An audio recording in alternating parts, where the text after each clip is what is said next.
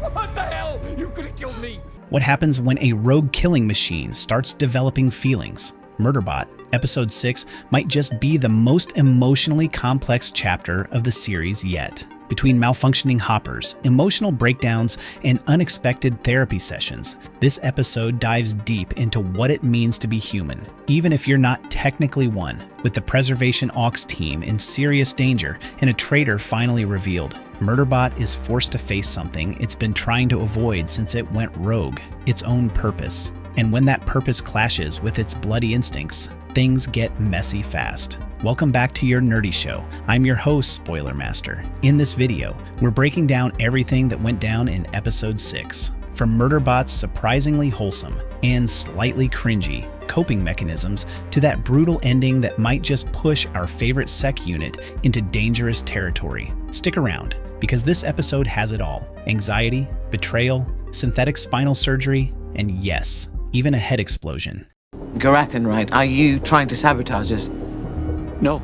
Sanctuary, Moon is not the escape. It once was. Murderbot has been through a lot since going rogue, but for all its smarts and upgrades, it never truly had the luxury of reflecting on why it left its controlling protocols behind. That kind of introspection usually takes peace and time, two things that have been in short supply. But now, the combination of a near-death crash, a broken hopper, and an anxious human team have created a moment of stillness. In that void, Sanctuary Moon isn't just entertainment anymore, it's a mirror. For Murderbot, the show has always been a source of comfort, a distraction from the chaos and expectations of its world. But now, for the first time, it's seeing itself in it. The storyline parallels its current situation, stranded with Mensah, trying to survive, and even features a romantic subplot between a captain and his navigation bot. That alone would be enough to send Murderbot into cringe mode. But it's the resemblance to its own predicament that disturbs it the most.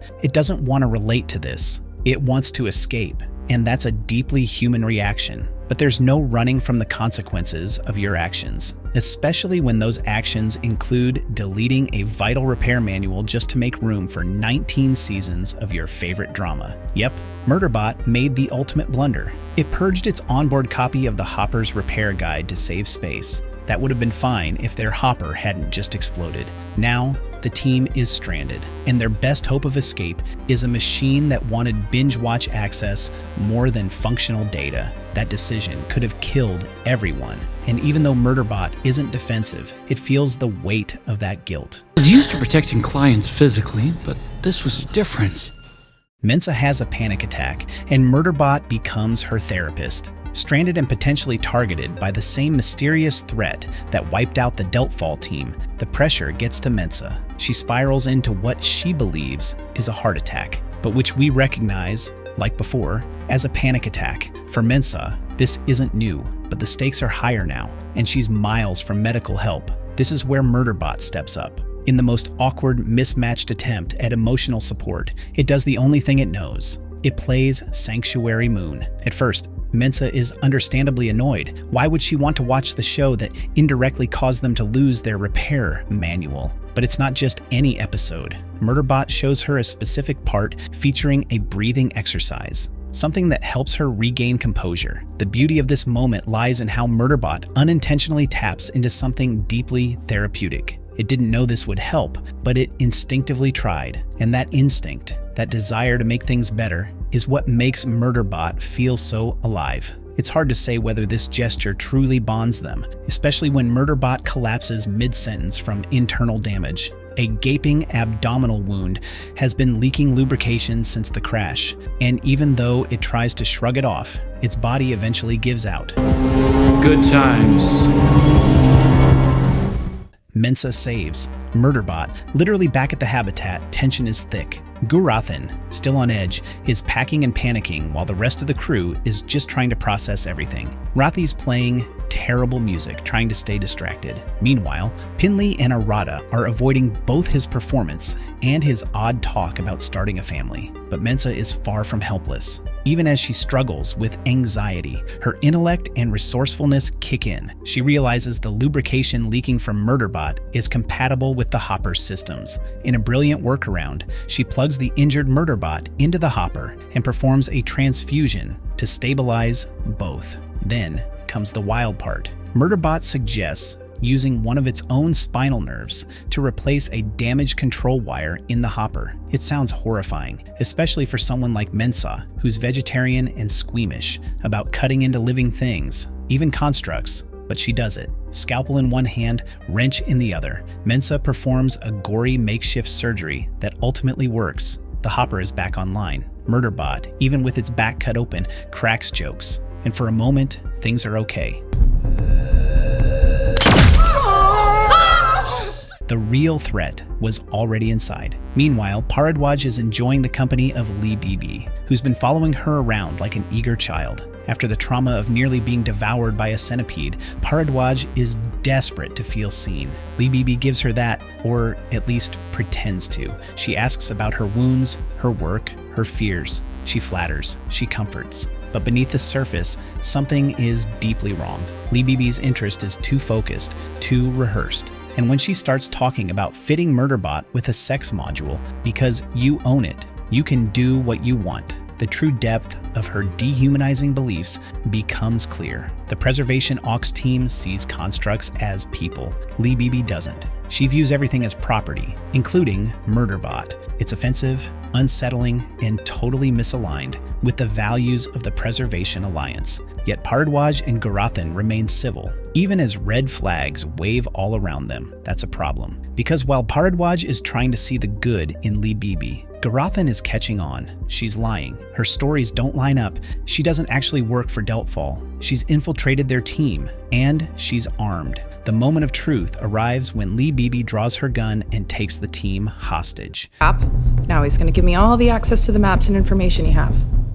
Murderbot lives up to its name. With Mensah still away, the remaining team members are cornered. They came down unarmed, trusting Leebeebee based on nothing but sympathy and hope. It's a decision that could have cost them their lives. But before Leebeebee can make her next move, Murderbot arrives, and it doesn't hesitate. One shot, head blown clean off. Leebeebee is dead. The threat is neutralized. You'd think this would be a triumphant moment. The rogue construct just saved them from a well-armed infiltrator, but the aftermath is far more complicated. Garathan is furious. Even wounded, he's more upset that Murderbot acted alone than grateful that it saved their lives. Paradwaj, for her part, feels betrayed. She wanted to believe there was a way to save Leebeebee, to reach her, to prove her wrong. And now, that option's gone. But the harsh truth is that Leebeebee wasn't going to change. She worked for the same people who killed the Deltfall team. She would have killed the PreservationAux crew too,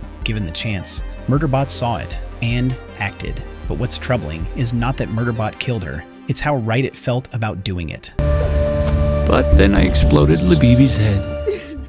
Ending explained. The thrill of killing again. This is the darkest twist of the episode. After all the growth and emotional evolution we've seen from Murderbot, it admits something chilling. Killing Leebeebee reminded it of why it went rogue in the first place. The thrill, the rush, the clarity. It didn't feel guilt, it felt good, and that's dangerous. The episode ends with the team shaken and Murderbot left with a disturbing realization. Even though it thought it had evolved, even though it wants to belong, that killer instinct is still inside. It's not just a tool of defense, it's a part of its identity. And as it watches its team withdraw from it, confused, scared, uncertain, Murderbot is left with a growing void. The lack of praise, the absence of warmth, the fear in their eyes, it all stings. And stings more than it expected. It went from watching a show about human construct friendship to living in a world that might never give it the same. That's where episode 6 leaves us. On the edge of a knife. Is Murderbot a protector or a weapon waiting to snap? And can this team ever trust it again? The next episode has a lot to answer.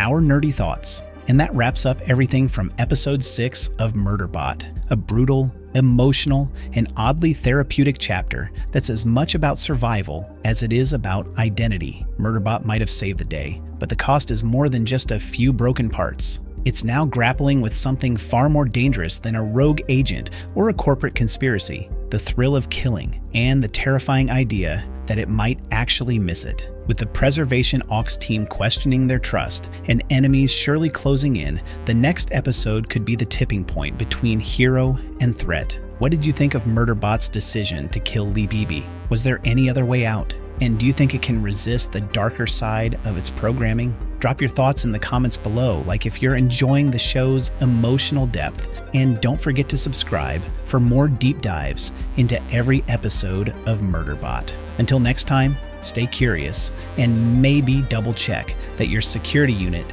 didn't just delete the manual to binge watch a soap opera. No, what the heck, I'll laugh anyway.